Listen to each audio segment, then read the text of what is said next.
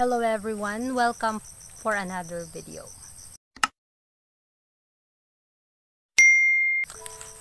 Sa oras na ito, ating tatalakayin ang pinamagatang ang mensahe ng Laodiceans. So, sa oras na ito, ano ba itong mensahe ng Laodicea, mga kapatid? Ano? So, atin po itong pag-uusapan. Ang totoong saksi ay nagsabi tungkol sa isang malamig, walang buhay, walang Kristo na simbahan. Alam ko ang iyong mga gawa na ikaw ay hindi malamig o mainit. Ibig kong ikaw ay malamig o mainit. Kaya't dahil ikaw ay maligamgam at hindi malamig o mainit, dudurain kita sa aking bibig. Ito po ay mababasa sa Apokalipsis 3 verse 15 to 16. Mga kapatid, bilang Kristiyano, ano ba tayo? Malamig? Mainit? Mainit ba ang ating pananampalataya sa Panginoon? Or malamig? Mga kapatid, malamig man tayo or mainit, kapag bukas encourage tayo, ang sipag natin, ngayon mahina tayo, then bukas ang sigasig natin. Mga kapatid, kung malamig, mainit o maligamgam ang tawag dito, dudurain po tayo ng Panginoon. Hindi po gusto ng Panginoon na lagi tayo parang maligamgam, walang sigla, na para bagang nasa gitna, hindi man tayo malamig o hindi man tayo mainit. Gusto ng Panginoon na may sigasig at tapang tayo, na mainit tayo sa ating pananampalataya, na buong-buo ang ating pananampalataya at paniniwala sa kanyang kapangyarihan, sa kanyang kabutihan. Huwag po nating pahintulutan na sasabihin ng Panginoon na lumayo ka, gagawa ka ng kasamaan.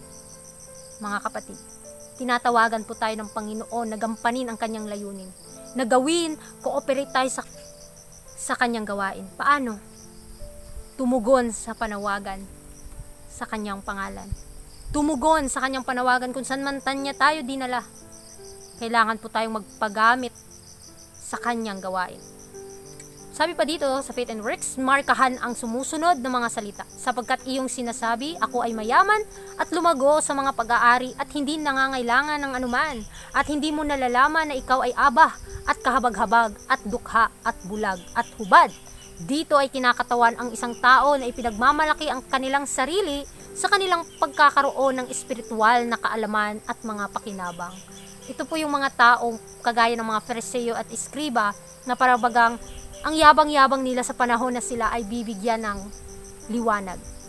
Mga kapatid, ito po yung pinag-aaralan natin sa mga nakalipas na pag-aaral, na kailangan, kung alam natin ang katotohanan, manatili po tayong magpakumbaba sa Panginoon, na lumapit sa Kanya upang tayo ay matulungan na madaig ang ating mga kahinaan. Tayo po ay mahinang-mahina. Kahit alam natin ang katotohanan, huwag po tayong magyabang sa ating sariling kakayahan, dahil wala po tayong may pagmamalaki sa ating kapwa, sa ating Panginoon, at lalo na sa ating sarili. Sino tayo? Isa po tayong basahan, maruming basahan sa harap ng Panginoon. Ngunit binili tayo ng kanyang presyo, ng kanyang dugo.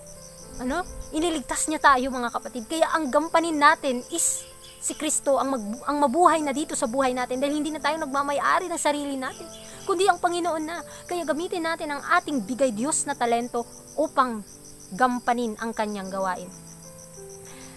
Ngunit hindi sila tumugon sa mga hindi nararapat na pagpapala na ipinagkaloob sa kanila ng Diyos. Sila ay puno ng paghihimagsik, kawalan ng pasasalamat at pagkalimot sa Diyos, at gayon paman ay pinakitunguhan niya sila tulad ng pakikitungo ng isang mapagmahal, mapagpatawad na ama sa isang walang utang na loob, suwail na anak. Ito po yung alam natin, yung salitang prodigal son, yung umalis. At sa pag-alis niya, napagtanto niya sa sarili niya ang isang anak na walang utang na loob. Ngunit ang ama sa langit, mga kapatid, kahit man anong layo nating inalis or kinalimutan ng Panginoon sa haba ng taon, sa haba ng panahon, nagpakumbaba ang Panginoon na lumapit tayo sa Kanya. Sabi ng Panginoon, come unto me all your labor and I will give you rest.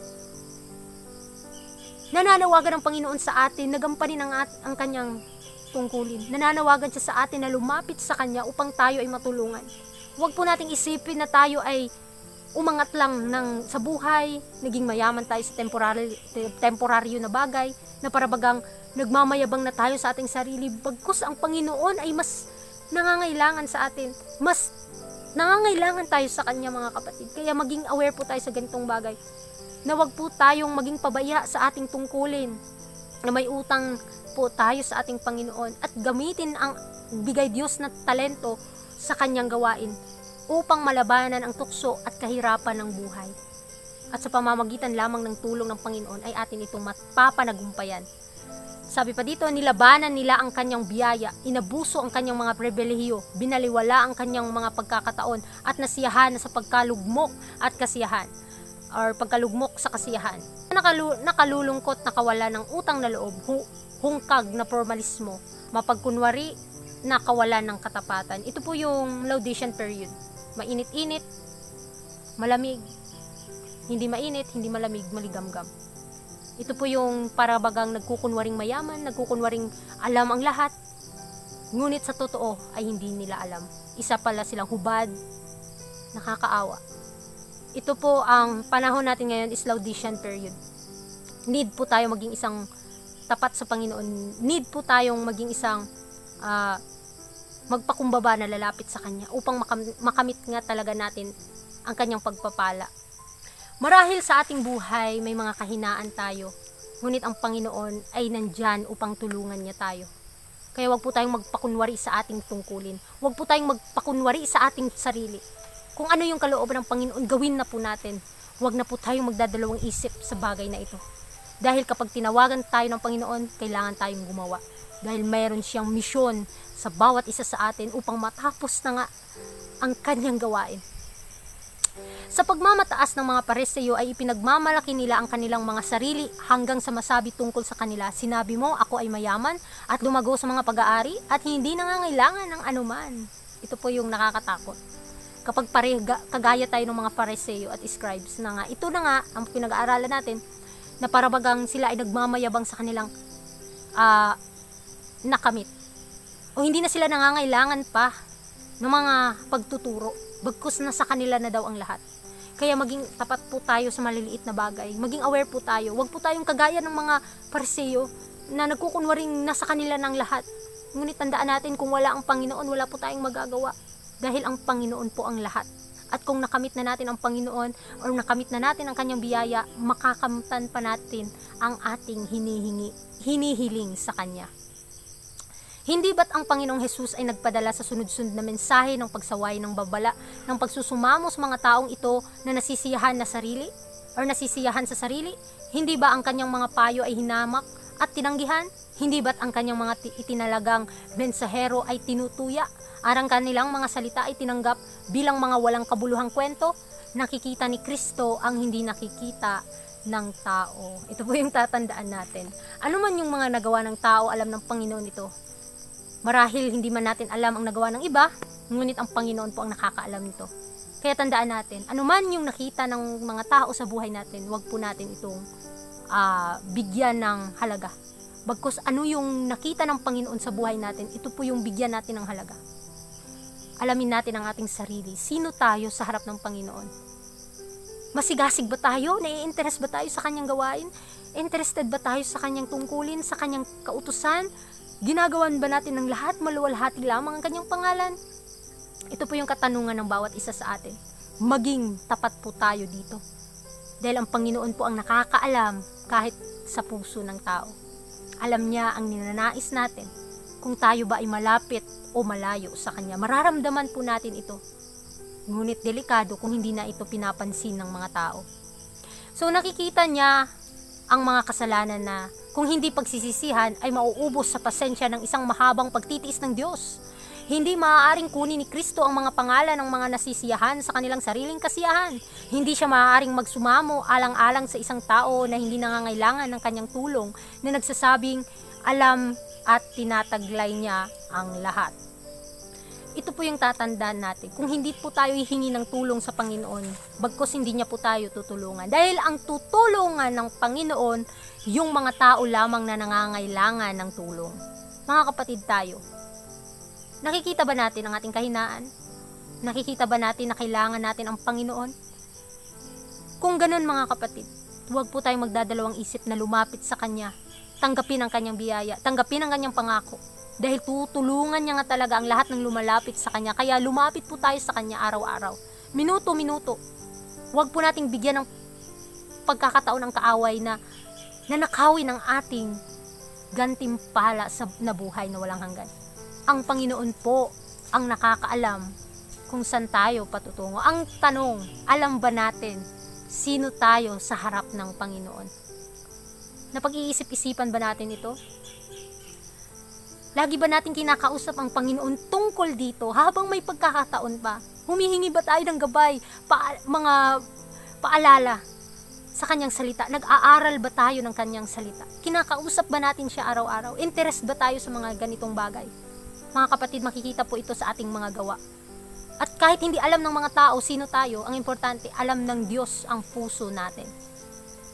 Kinakatawan ng dakilang manunubos ang kanyang sarili bilang isang mangangalakal sa langit, nakargado ng kayamanan na tumatawag sa bahay-bahay na inihaharap ang kanyang hindi mabibiling mga pag-aari at sinasabi, ipinapayo ko sa iyo na bumili ka sa akin ng gintong sinubok sa apoy upang ikaw ay yumaman at puting damit upang ikaw ay mabihisan at upang ang kahihiyan ng iyong kahubaran ay huwag mahayag at pahiran mo ang iyong mga mata ng pampahid sa mata upang iyong makita.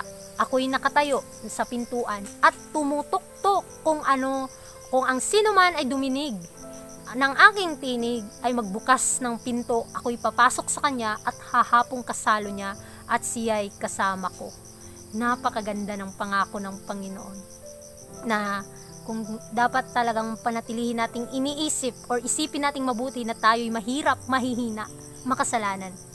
At kailangan natin ng ginto, pilak ng kaligtasan upang maangkin natin ito. Humingi po tayo at tayo bibigyan.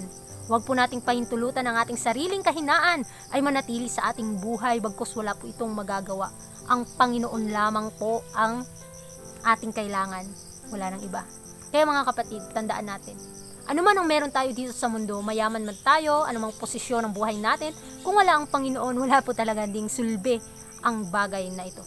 Kaya atin po itong pag-aralan ng mabuti na ang Panginoon ay nandyan, lagi niya tayong tutulungan. Isa lang alang natin ang ating kalagayan sa harap ng Diyos. Sundin natin ang payo ng tunay na saksi. Huwag hayaan ang sinuman sa atin na mapuno ng pagtatangi tulad ng mga Hudyo upang ang liwanag ay hindi makapasok sa ating mga puso. Hindi na kailangang sabihin ni Kristo tungkol sa atin tulad ng ginawa niya sa kanila. Hindi kayo magsisilapit sa akin upang kayo'y magkaroon ng buhay. Mga kapatid, maraming mga bagay na ating mga nagagawa. Ang tanong, ito ba'y nakakaparangal sa Panginoon? Ito ba'y nagbibigay ng kaluwalhatian sa Kanya? Bakit hindi tayo lalapit sa Kanya upang makamit ang kaligtasan? Upang tayo ay matulungan na makamit at madaig ang bawat kahinaan. Mga kapatid, nagsasaad sa Kanyang salita na tayo ay lumapit sa Kanya. Ano man ang meron sa atin, wala po tayong magagawa. Dahil ang Panginoon lamang ang tangi nating kaligtasan. Huwag po nating kaligtaan na bigyan siya ng pagkakataon at panahon upang tayo ay matulungan. Maging tapat po tayo sa Kanya mga kapatid. Sa oras-oras na binigay ng Panginoon sa atin, lalo na sa panahon ng kabataan, huwag po tayong mag-aksaya ng pagkakataon.